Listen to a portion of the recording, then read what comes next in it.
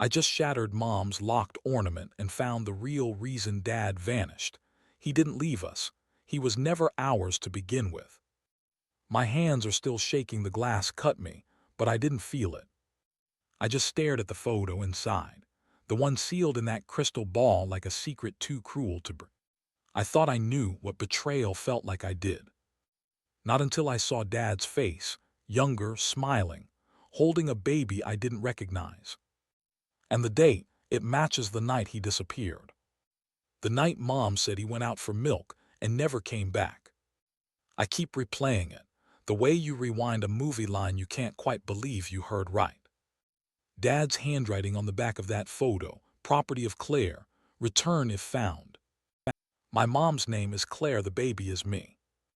And suddenly the living room smells like metal, like snow on a radiator, like everything is burning but nothing's on fire. I should feel something huge, right? Fury, maybe relief, but mostly I just feel quiet. Like when you're little and you wake up in a strange bed and you don't call out because you're not sure whose house you're in. That kind of quiet. Mom's asleep upstairs. I can hear the floorboards creak when she turns over. Same rhythm as when I was 8 and had the flu. She used to check on me. Every 23 minutes I counted. I still count. Old habit, I guess, or maybe a promise I didn't know I was keeping.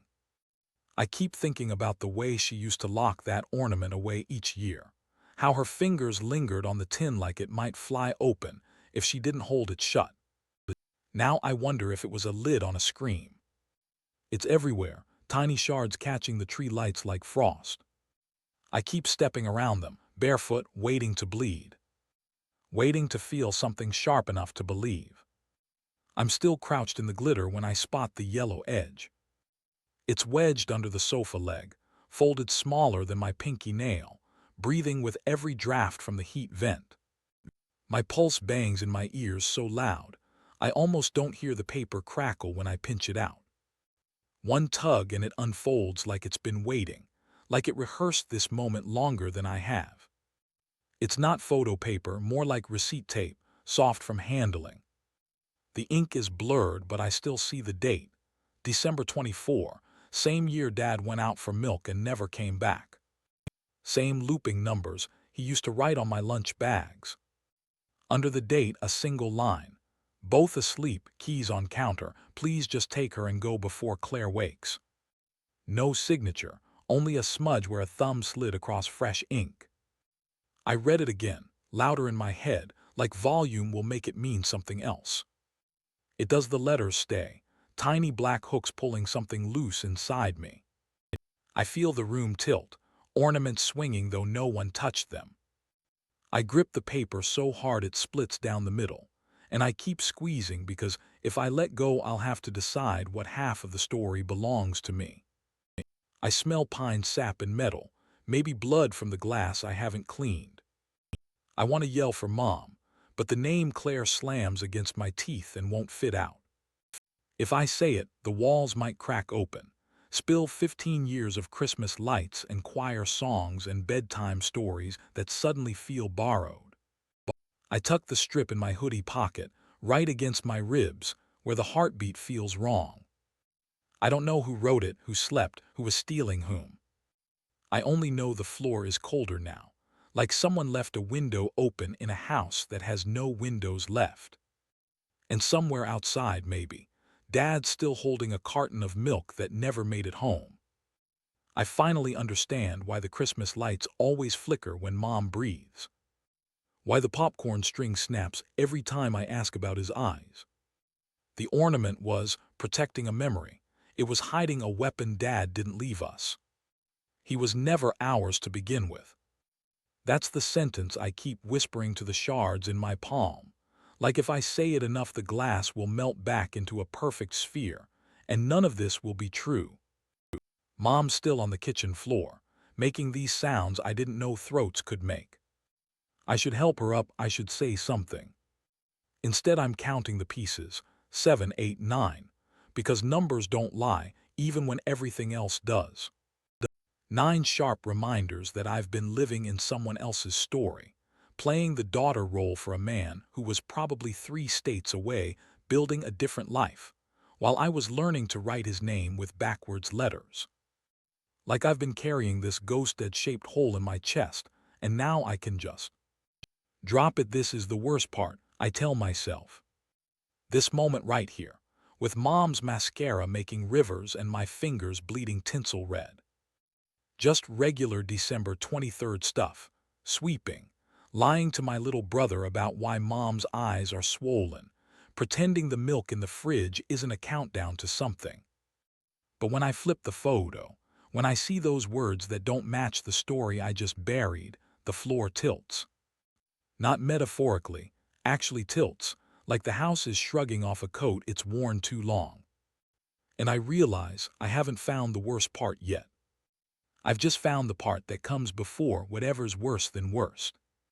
I'm still crouched on the glass-dusted carpet, Clara's mom ringing in my skull like a smoke alarm I can't switch off. My own pulse feels borrowed, too loud for the dark. If Dad never left, if that baby is me, then who have I been calling Mom for 14 years? The word tastes metallic now, like I'm chewing a coin I mistook for chocolate. I keep rereading the back of the photo until the letters blur, willing them to rearrange into something sane.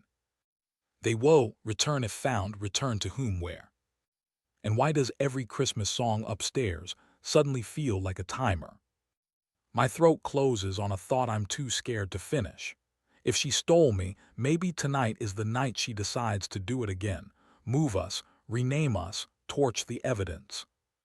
One match, and this house becomes another empty stocking in Dad's search. I should run.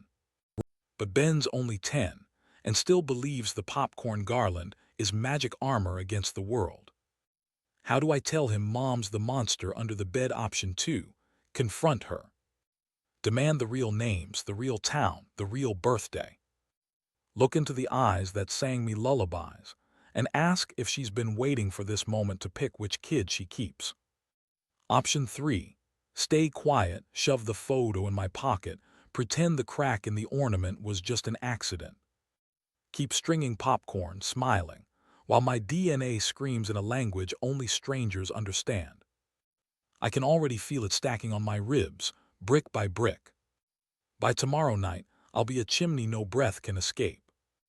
I picture blue lights strobing across the neighbor's curtains, Mom in handcuffs, Ben crying, reporters, foster homes, my name on a flyer between milk and lottery numbers. If he's alive, if he's still hunting, one ring might end his search and start my exile. I don't even know his number, but the internet knows everything except how to forgive.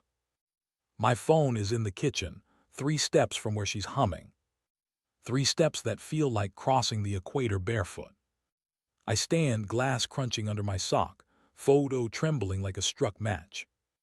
Whichever story I choose tonight will write the rest of my life in ink that never fades. And I still haven't opened the second half of the crystal ball. Something else is curled inside, waiting for its cue. My thumb keeps tracing those words, property of Claire, return if found, until the ink feels like braille on my skin. I tell myself it's a joke, a typo, anything that lets me keep breathing. But the baby in the picture has my crooked ear, my widow's peak, the same rash on her cheek that Mom still swears was just heat. 14 years of believing Dad abandoned us for milk and a prettier life. 14 years of folding his absence into every holiday toast. And now the floor tilts like a snow globe someone finally shook. I flip the photo again, half expecting the words to vanish. But they're darker, angrier, as if Dad's screaming through paper. A sliver of glass pierces my heel. I don't flinch because the pain down there makes sense. This upstairs confusion does. Mom's still in the living room, humming over the snapped strand of popcorn, waiting for me to come back with a broom and a smile like always. I imagine walking in, holding the photo, asking if Claire is her real name, asking who she was before she became my mother, asking why we moved every December until I stopped unpacking. The questions stack in my throat like too many ornaments on a thin branch, ready to crash. Instead, I pry the second half of the crystal ball apart with my fingernails, heart ticking louder than the kitchen clock. Inside curls a faded hospital band baby size, last name printed in block letters that aren't mine, or Mom's. My real name, my real birthday, maybe even my real home, all wrapped around a tiny plastic clasp. I close my fist so tight the edges cut, because if I open it again the world will swap colors and I'll have to choose which truth to keep alive. Hers, his, or the one I've never been allowed to know.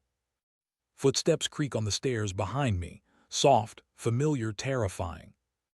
I spin, hiding the band behind my back like stolen candy, and the only sound left is snow brushing the window, asking me which story I'm brave enough to let inside. What if the next breath I take is hers, not mine? Do I still call her Mom?